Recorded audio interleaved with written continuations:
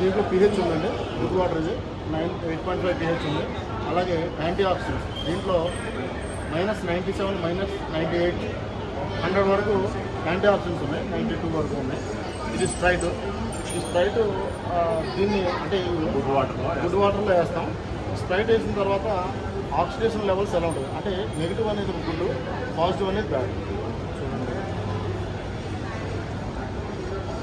ఇందులో ఉన్న anti oxidants అన్నీ డిజాల్వ్ అయిపోయినాయి.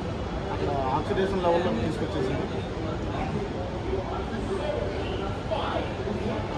అంటే గుడ్ వాటర్ని అంటే మన బాడీ అనుకోండి, ఈ బాడీని పాజిటివ్గా తీసుకుంటాం. అంటే సో ఆక్సిడేషన్ ఈజీగా అయిపోతుంది. స్ప్రైట్ తాగడంలో ముసలితనం చాలా స్పీడ్గా వస్తుంది, డిసీజన్ చాలా స్పీడ్గా వస్తుంది.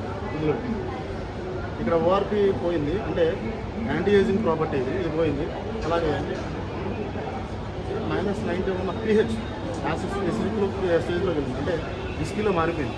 అంటే ఒక స్ప్రైట్ తాగినా ఒక గ్లాస్ విస్కీ తాగినా సేమ్ ఒకటే రిజల్ట్ అవుతుంది. యాంటీ దానివల్ల చాలా హెల్త్కి ఇష్యూస్ వస్తాయి. ఎసిడిక్ వస్తాయి, ఫుల్ ఎసిడిక్ వస్తుంది. దానివల్ల మోకాళ్ళు నొప్పులు రావడం చాలా ఇబ్బంది పడుతుంది. ఇది వాటర్లో అంటే గుడ్ వాటర్లో వేస్తే ఎలా ఉంది, అదే డైరెక్ట్ స్ప్రైట్ని చెక్ చేస్తే డైరెక్ట్ స్ప్రైట్గా చెక్ చేస్తాం.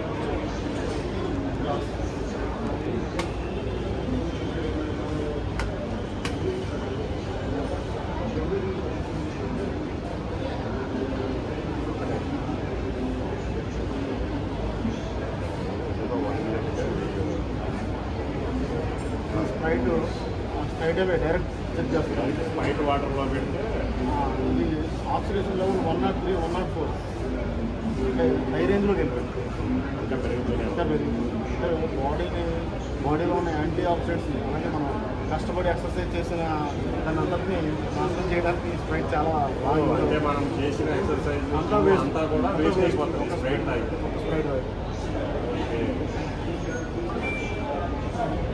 నెక్స్ట్ ఇది జనరల్గా మనం తాగే వాటర్ యాక్చువల్గా ఇలా 7లో ఉంటుంది మున్సిపల్ వాటర్ ఇచ్చేది.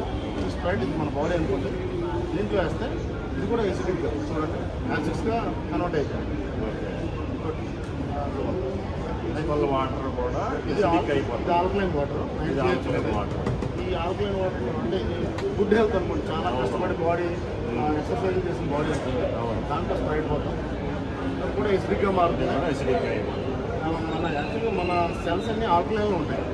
ఈ ఎసిడిక్లో కావడం వల్ల సెల్కి మనం తిన్న ఫుడ్ న్యూట్రియంట్స్ అన్నీ అందకపోవడం వల్ల ఏమవుతుందంటే మోకాళ్ళలో బోన్స్లో ఉన్న ఆల్కలైన్ అంతా తీసుకుని దానికి అందు కూడా వాళ్ళ మోకాళ్ళు ఎప్పుడు రావడం, బోన్ క్యాన్సర్, బ్లడ్ క్యాన్సర్ రావడం అవకాశం ఉంది.